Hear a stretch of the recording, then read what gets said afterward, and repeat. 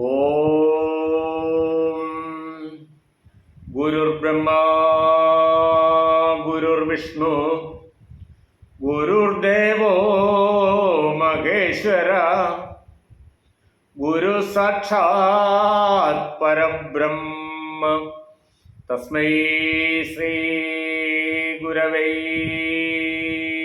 നമഃ.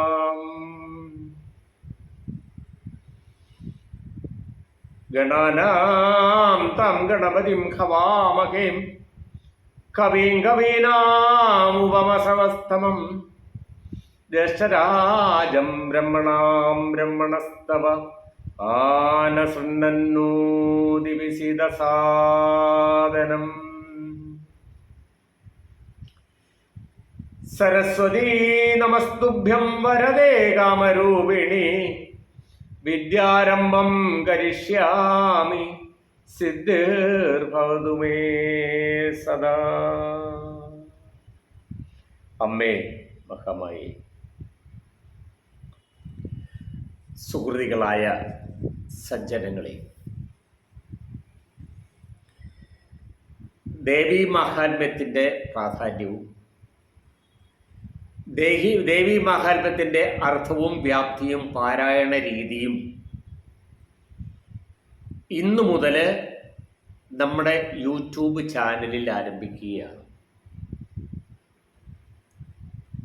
അപ്പോൾ നമുക്ക് ശ്രീചക്ര പ്രതിഷ്ഠാനം എന്ന് പറയുന്ന ഗ്രൂപ്പിലും യൂട്യൂബിലും പല ആളുകളുടെ ഇതുവരെയും ഉണ്ടായിരുന്ന പല അനുഭവങ്ങൾ കൊണ്ട് ലളിതാ സഹസ്രനാമത്തിൻ്റെ ക്ലാസ്സുകൾ ഉണ്ടായിരുന്നു.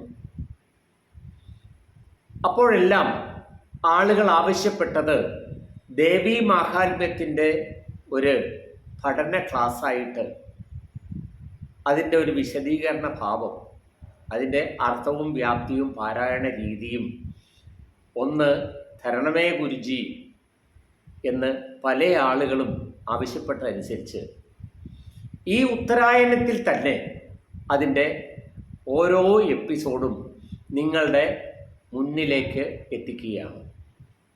എല്ലാ ആളുകളും അമ്മയുടെ അനുഗ്രഹത്തോടു കൂടി ഇത് ശിരസാ വഹിക്കണമേ എന്നും അത് സന്തോഷത്തോടെ സ്വീകരിക്കണമെന്നും പ്രാർത്ഥിച്ചുകൊണ്ടും അതിന് ദേവി മഹാമായയുടെ അനുഗ്രഹം നിങ്ങൾക്കേവർക്കും ഉണ്ടാകട്ടെ എന്ന് പ്രാർത്ഥിച്ചുകൊണ്ട് നമുക്ക് ലളിതാ സഹസ്രനാമം നടത്തിയതുപോലെ തന്നെ നമുക്ക് ദേവീ മാഹാത്മ്യത്തിലേക്ക് കൂടി ഞാൻ കടക്കുകയാണ്.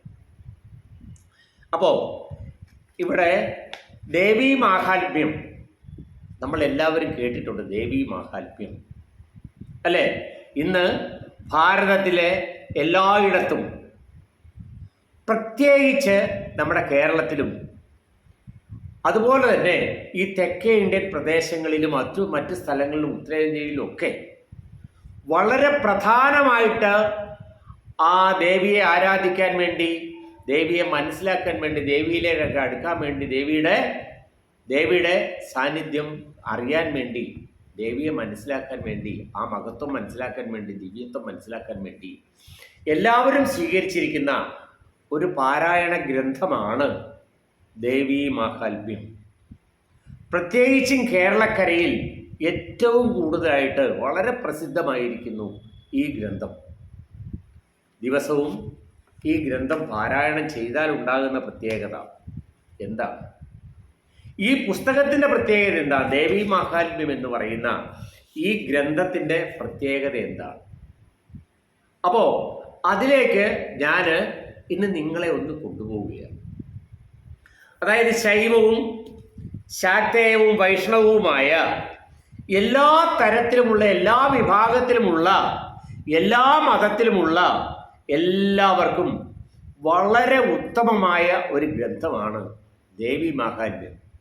അതുകൊണ്ടാണ് ഇവരെല്ലാം ഈ ഗ്രന്ഥത്തെപ്പറ്റി പഠിക്കാനും ഗ്രന്ഥത്തെ മനസ്സിലാക്കുവാനും അതിലൂടെ ദേവിയിലേക്ക്, ആദിപരാശക്തിയായ ജഗദീശ്വരിയായ ദേവിയിലേക്ക് കടന്നു ചെല്ലാനും എല്ലാവരും ആഗ്രഹിക്കുന്നതും അത്ര മഹത്തായ ഒരു ഗ്രന്ഥമാണ് ദേവീ മാഹാത്മ്യം. അതിൻ്റെ പ്രാധാന്യങ്ങൾ എന്തൊക്കെയാണ് നമുക്ക് ഒന്ന് നോക്കണം. അപ്പോൾ ദേവീ മാഹാത്മ്യ പാരായണം കൊണ്ട് ഒരു ഭക്തന് എന്തെല്ലാം ലഭിക്കുന്നു? ദേവീ മാഹാത്മ്യ പാരായണം കൊണ്ട് ഒരു ഭക്തൻ അവൻ്റെ മനസ്സിനെ എവിടെയെല്ലാം കൊണ്ടുപോകുന്നു? അവന് ഏതെല്ലാം ഗുണങ്ങൾ ഉണ്ടാകുന്നു? ഏതെല്ലാം ചൈതന്യം ഉണ്ടാകുന്നു? അവൻ്റെ കുടുംബത്തും സമൂഹത്തിലും എന്തെല്ലാം അവന് നേടിയെടുക്കാൻ പറ്റുന്നു എന്ന് ദേവി തന്നെ ഈ ദേവീ മാഹാത്മ്യത്തിൻ്റെ ഫലശ്രുതിയിൽ പ്രത്യേകം എടുത്തു പറയുന്നു. അത് പറയുന്നത് ദേവീ മാഹാത്മ്യ പാരായണം കൊണ്ടൊരു ഭക്തൻ ഉണ്ടാകുന്ന എല്ലാ ഗുണങ്ങളെയും പറ്റി എടുത്തു പറയുന്നു. അതായത് ജപേ സപ്തശതീം ചണ്ഡീം കൃത്വാത് കവചം പുരാ യാവത് ഭൂമണ്ഡലേ ദത്തേ സശൈലവനഗാനനം യാവത് തിഷ്ടന്തി മേദിന്യാം സന്തതി പുത്രപൗത്രികീ പ്രാപ്നോതി പുരുഷോ നിത്യം മഹാമായ പ്രസാദത എന്ന് ദേവി തന്നെ ഈ ദേവീ മാഹാത്മ്യത്തിൻ്റെ അവസാന ഭാഗത്ത് ഇതിൻ്റെ ഫലശ്രുതിയിൽ ദേവി തന്നെ നമുക്ക് പറഞ്ഞു തരുന്നു. പുരാകവചം കൃത്വാ, പുര എന്ന് പറഞ്ഞാൽ ആദ്യമായിട്ട്, അല്ലെ ആദ്യം, അല്ലെ പ്രാരംഭത്തിൽ എന്നൊക്കെ അർത്ഥം.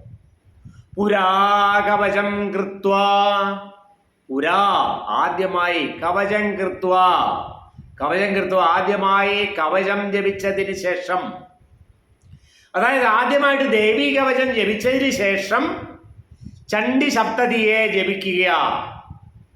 അങ്ങനെ ആയിക്കഴിഞ്ഞാൽ സപ്തശതി എന്ന് പറയുന്നത് ഇവിടെ ദേവീ മാഹാത്മ്യം. ആ ചണ്ഡി സപ്തശതിയെ ജപിച്ചു കഴിഞ്ഞാൽ അങ്ങനെയുള്ള ആളുകൾക്ക് ഈ ഭൂമണ്ഡലത്തിൽ യാവത് കാലേ എത്ര കാലം ജീവിച്ചിരിക്കുന്നുവോ ഈ ഭൂമണ്ഡലത്തിൽ